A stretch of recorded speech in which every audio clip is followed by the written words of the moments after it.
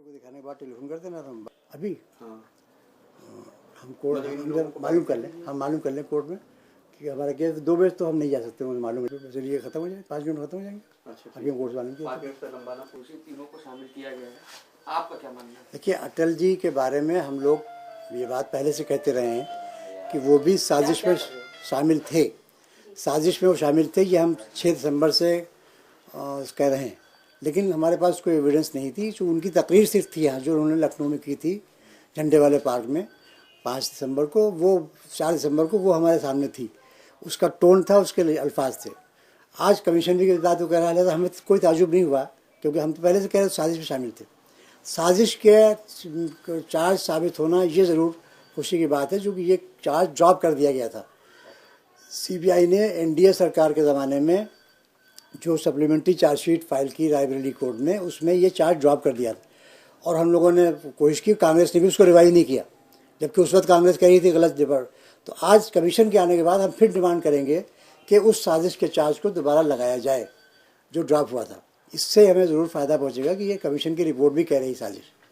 इसके अलावा अब अटल जी को कमीशन ने गिल्टी पाया है, लेकिन अब हम उनके बारे में ये डिमांड करेंगे कि नहीं करेंगे, ये अभी मशवरा करने के बाद ही हम कह पाएंगे कि उनको मुलजिम बनाया जाए मुकदमे में या ना बनाया जाए। क्योंकि उनकी एज को देखते हुए ये बात मशवरे के लायक है कि हम पर्सनल लॉ बोर्ड में भी और एक्शन कमेटी में भी सबसे अपने साथियों से मशवरा करें कि आया कि उनको मुलजिम बनाने की डिमांड करें या ना करें। और कौन लोग जिनको आप मानते हैं कि वो 120B में आते थे और वहाँ पे नहीं? ये तो रिपोर्ट से पता चलेगा। अभी 2 नाम सामने आए हैं, अडवाणी और जोशी। ये दोनों नाम के बारे में तो हम पहले से वो मुलजिम हैं वो लोग, और उनको 120B में बनाया जाना चाहिए। और उन पर 120 भी चल रहा है। क्राइम नंबर 197 जो लखनऊ में पेंडिंग है सीबीआई का केस, उसमें वो मुलजिम 120B के हैं। यहाँ उनको हटा दिया गया था 198 में क्राइम नंबर। मुस्लिम लीडर्स के बारे में भी कहा गया है, लीडरशिप के बारे में, कि उन्होंने उतना रिस्पॉन्सिबल बिहेवियर नहीं किया। ये मैं चूँकि मुझे रिपोर्ट में क्या किस कंटेक्स्ट में बात कही गई है अभी तक मालूम नहीं है।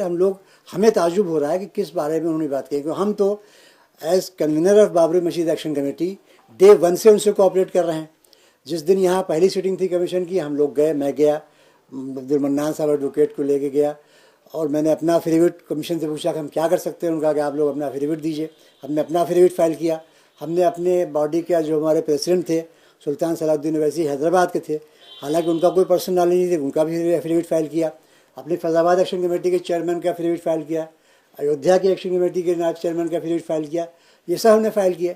फिर दिल्ली में हमने शहाबुद्दीन साहब का एफिडेविट मंगवाया, वो दाखिल किया। फिर दिल्ली में जब सिटिंग हो रही थी तो हमने पर्सनल लॉ बोर्ड के तरफ से वहाँ एप्लीकेशन दिलवाकर अपना काउंसिल इंगेज किया। बाहर बरकी साहब हमारे हर डेट पे अपीयर हुए।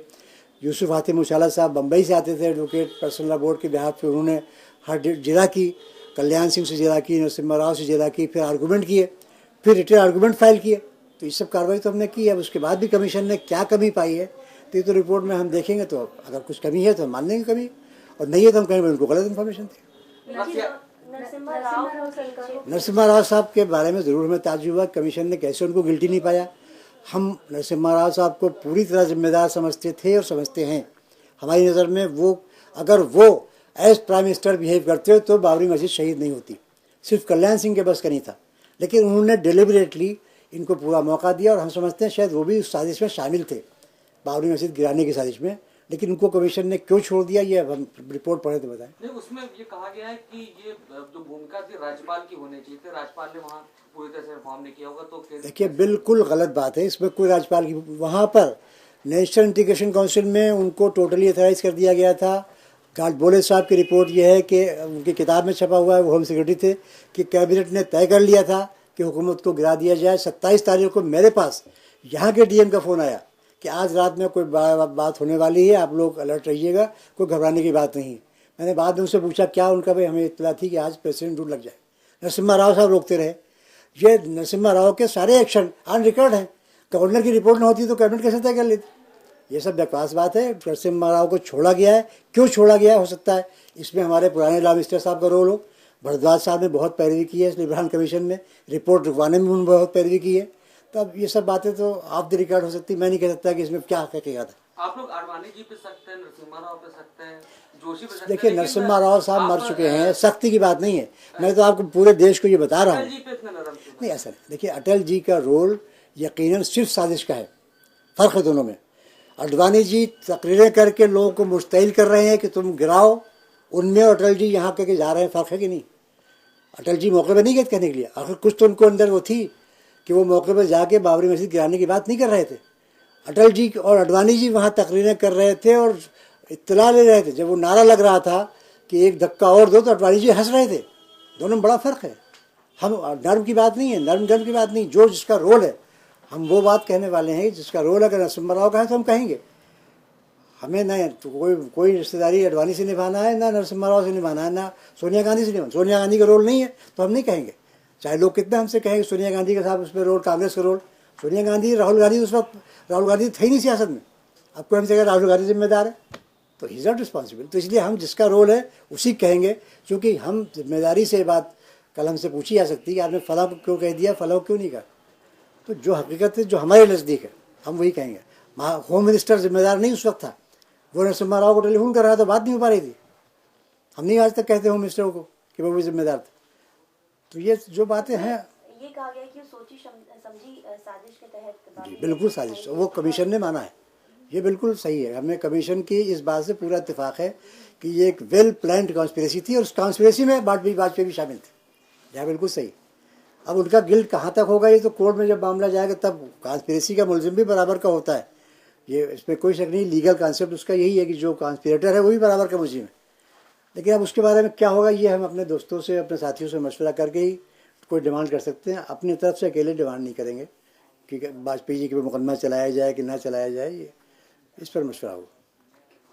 फिलहाल आपका यही कहना है ना कि आप वाजपेयी जी की अगर जहाँ तक बात है उनके ऊपर मशवरा करेंगे, और अगर आडवाणी और जोशी के रोल की बात नहीं, मशवरा रोल का नहीं है, रोल तो उनका था, उसमें कोई मशवरा नहीं है। हम बिल्कुल पहले दिन से कह रहे हैं कि वो साजिश में शामिल हैं। अब हम ये डिमांड करें कि ना करें कि उनको भी मुलजिम बनाया जाए सीबीआई में की तरफ से, ये बात मशवरे के बाद कहेंगे। क्योंकि उनकी एज ये हो गई है कि अब वो उस वक्त तक ज़िंदा रहेंगे नहीं रहेंगे ये और तलब चीज़ है, और आएगी यूटिलिटी क्या होगी ये भी देखना हो। मशवरा इस बात का खाली, वो मुलजिम हैं बिल्कुल हमारी नज़र में। आज से नहीं, आज हम 1992 से बात कह रहे हैं कि वो मुलजिम हैं साजिश के। एक्चुअल जो वो जिम्मेदारी इन लोगों की है मौके पर, लेकिन साजिश में वो भी थे, उनको इल्म था इस बात का। तो अब किस हद तक उनका रोल है साजिश में, ये बातें तो तफसील से पता चलेगी।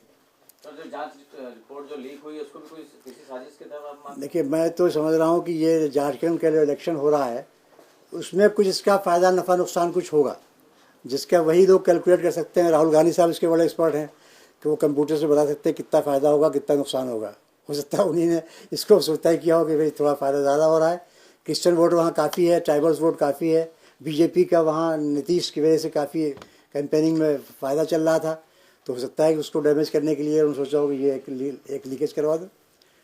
तो ये तो कह नहीं सकता, हमें इसके बारे में तो हर खाली गेस्ट वर्क है, we can not have any definite से। आप लोग ज़्यादा मालूमात हो जाएगी आपको कि इसके पीछे क्या था, क्या रीज़न था। ठीक है सर, हम वेट करें आपका। आप बस हम पूछ रहे थे आपको आप कॉलेज में ही हम आ गया सकते कॉलेज, अगर आप 8 बजे जाऊँगा 5:30 बजे और 7 बजे तक वापस में। ठीक,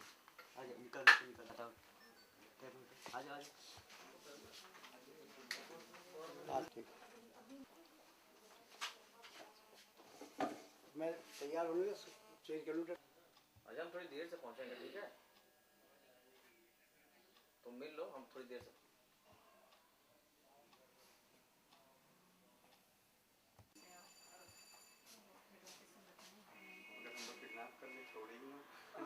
ऐसा होता है गुड़िया और उसमें आरिफ मेहमान स्टूडियो में भी नहीं, वो कह रहे हैं हमको जाना है। अपने गेस्ट हाउस में रखिए।